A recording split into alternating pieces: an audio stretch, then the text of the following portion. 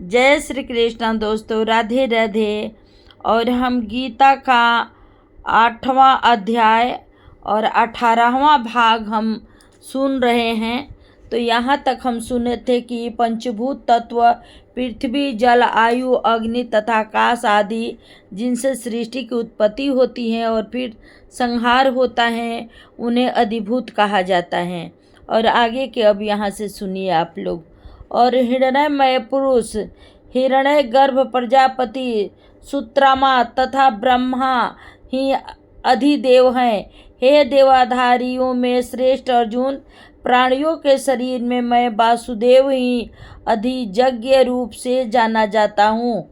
जो प्राणी अपने अंतिम समय में मेरा स्मरण करता हुआ अपने शरीर को त्यागता है, वह मेरे साक्षात स्वरूप को प्राप्त करता है।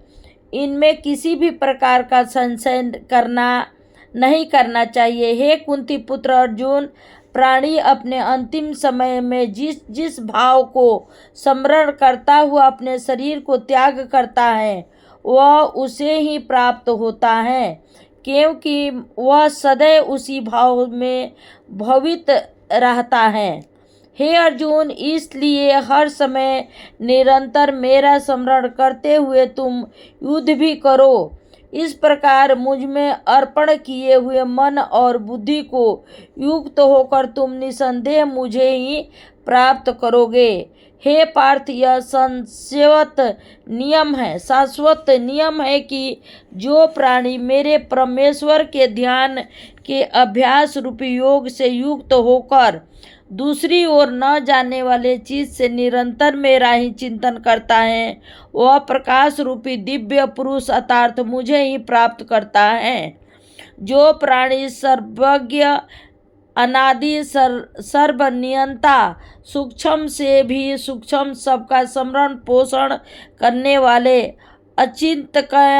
अचिंत्य स्वरूप सूर्य के समान नित्य चेतन प्रकाश रूप और अविद्या से अत्यंत परे विशुद्ध सच्चिदानंद परमेश्वर का स्मरण करता है, वह अपने अंतिम समय में भी योग बल से मुक्ति के मध्य में प्राण को भली भांति स्थापित करके निश्चल मन से मेरा स्मरण करता हुआ उस दिव्य स्वरूप परम पुरुष परमात्मा को ही प्राप्त करता है।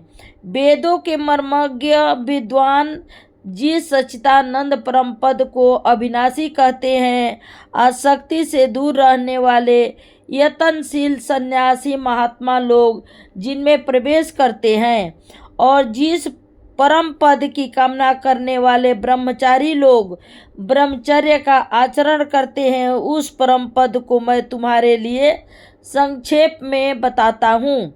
सभी इंद्रियों के द्वारों को रोककर तथा मन को हृदय में स्थिर करके फिर उस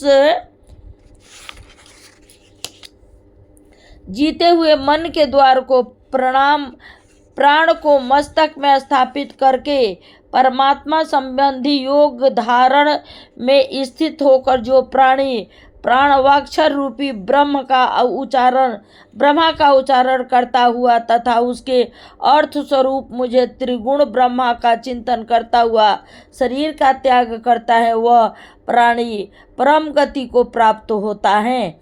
हे अर्जुन, जो प्राणी मुझ में एकाग्रचित्त होकर नित्य निरंतर मुझे पुरुषोत्तम का स्मरण करता है, उस नित्य निरंतर मुझ में युक्त हुए योगी के लिए मैं सुलभ हूँ, अर्थात वह सहज ही मुझे प्राप्त कर लेता है। परम सिद्धि को प्राप्त हुए पर महात्मा पुरुष मुझे प्राप्त करके दुखों के भंडार तथा क्षणभंगुर पूर्व जन्म से मुक्ति यानी मोक्ष प्राप्त कर लेते हैं। हे कुंती पुत्र अर्जुन, ब्रह्मादि सब लोक काल से अवरुद्ध हैं, उन्हें प्राप्त करके भी जीवों का पुनरागमन होता रहता है, किंतु मेरा लोक काल से अवरुद्ध नहीं होता है, अवरुद्ध नहीं है। मेरा जो भक्त मेरे परम धाम को चला जाता है, उसका पूर्व जन्म नहीं होता। जिनका इसका कारण यह है कि मैं कलातीत हूँ और ये सब ब्रह्मादि के लोक काल द्वारा समित होने से अनित्य हैं। ब्रह्मा के एक दिन को 1000 चतुर्थ योगों, सतयुग, त्रेता, द्वापर युग, कलयुग तक की अवधि वाला तथा इसी प्रकार रात्रि को भी 1000 चतुर्युगों तक की अवधि वाली जो ज्ञानी पुरुष तत्वों को जानते हैं वे योगी पुरुष काल की अवधि को तत्व से जानने वाले होते हैं। संपूर्ण चराचर भूतगण ब्रह्मा के दिन के प्रवेश काल में अव्यस्त से अर्थात ब्रह्मा के सूक्ष्म शरीर से उत्पन्न होते हैं तथा ब्रह्मा की रात्रि के प्रवेश काल में उस अभ्यस्त ब्राह्मण के सूक्ष्म शरीर में ही लीन हो जाते हैं। हे पार्थ, यह भूत समुदाय उत्पन्न होकर प्रकृति के वशीभूत होकर रात्रि के प्रवेश काल में लीन हो जाता है तथा यह दिन के प्रवेश काल में पुनः उत्पन्न हो जाता है। उस अव्यक्त से भी अत्यंत परे दूसरा को सनातन अव्यक्त भाव है।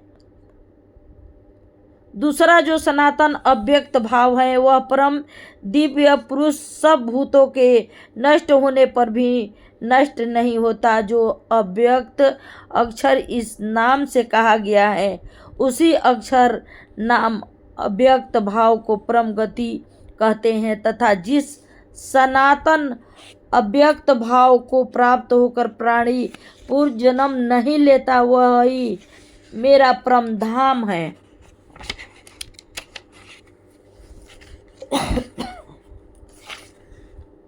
वही मेरा परम धाम है। हे पार्थ, जिस परमात्मा में यह समस्त चराचर जीव व्याप्त है तथा जिस परमात्मा से यह समस्त सृष्टि परिपूर्ण है वह सनातन अव्यक्त परम पुरुष अनन्य भक्ति से ही प्राप्त होता है। हे अर्जुन, अब मैं तुम्हें उन कालों के बारे में बताता हूँ जिस काल में शरीर त्याग कर गए हुए योगी जन वापस न आने वाली गति को और जिस काल में शरीर त्याग कर गए हुए योगी जन वापस इसी संसार में आने वाली गति को प्राप्त होते हैं। एक काल को उत्तरायण काल का ज्योतिमय मार्ग कहते हैं। इस मार्ग के अभिमानी देवता अग्नि तथा दिन शुक्ल पक्ष है। सूर्य जिन 6 माह में उत्तरायण में होता है तब देवताओं का दिन होता है। जो प्राणी उत्तरायण काल में शरीर का त्याग करता है वह पुनः इस लोक में जन्म नहीं लेता अर्थात उसे मोक्ष की प्राप्ति हो चुकी होती है। दूसरा काल दक्षिणायन कहलाता है। इस काल में चंद्र ज्योति का क्षीण प्रकाश रहता है। इस काल में अभिमानी देवता ध्रुव, रात्रि तथा कृष्ण पक्ष हैं। जो प्राणी दक्षिणायन में प्राण त्यागता है वह पुनः इस लोक में जन्म लेकर पृथ्वी पर आ जाता है। किंतु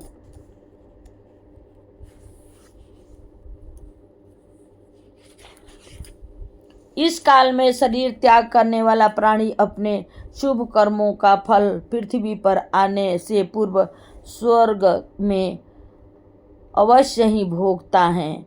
सृष्टि के 2 मार्ग शुक्ल तथा कृष्ण को क्रमशः देवान मार्ग तथा पितृवान मार्ग कहा गया है। इस सनातन माने गए हैं। इसमें से एक का द्वारा शरीर त्यागने वाला कहा गया है। ये सनातन माने गए हैं, करने वाला माना गया है। ये सनातन माने गए हैं। इनमें से एक का द्वारा शरीर त्याग करने वाला प्राणी कभी पूर्व जन्म नहीं लेता अर्थात तो अपरम गति को प्राप्त हो जाता है और दूसरे के द्वारा शरीर त्याग करने वाला प्राणी पूर्व जन्म लेता है।